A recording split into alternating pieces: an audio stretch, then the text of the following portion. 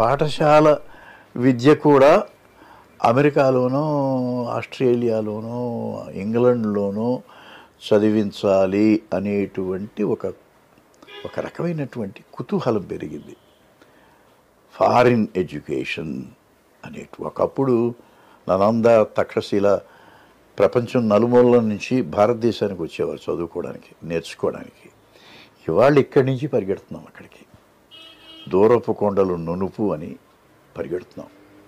అంటే తల్లిదండ్రులకి భారం, పెద్ద భారం. కనీసం ఒక 25 లక్షలు అయితే తప్ప ఒక డిగ్రీ తీసుకుని రాడు అక్కడి నుంచి. ఒక పోస్ట్ గ్రాడ్యుయేట్ డిగ్రీ, ఒక ఎంబీఏనో ఏదో ఒక. అంతేకాకుండా అమెరికాలో ఉన్నటువంటి యూనివర్సిటీస్ అన్నీ గొప్ప యూనివర్సిటీస్ అని కాదు. అన్రికగ్నైజ్డ్ యూనివర్సిటీస్, గుర్తింపు లేని యూనివర్సిటీస్ ఉన్నాయి, అన్అక్రెడిటెడ్ యూనివర్సిటీస్ ఉన్నాయి. ఆ డిగ్రీలు దేనికి పనికిరావు. ఆ డిగ్రీలతో ఇక్కడికి వస్తే ఏ ఉద్యోగము రాదు. ఇది కొద్దిగా గ్రహించాలి తల్లిదండ్రులు. చాలా ముఖ్యం ఇది. ఇక్కడ అద్భుతమైనటువంటి అవకాశాలు ఉన్నాయి.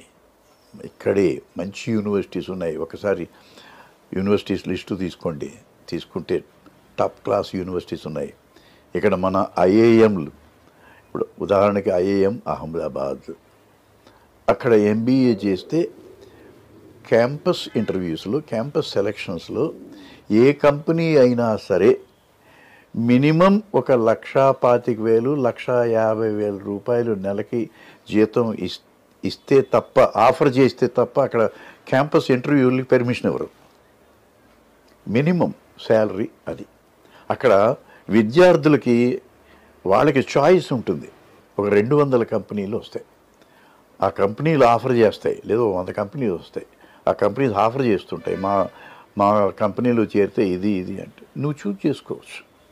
అటువంటి అవకాశాలు మన దేశంలో ఉన్నాయి.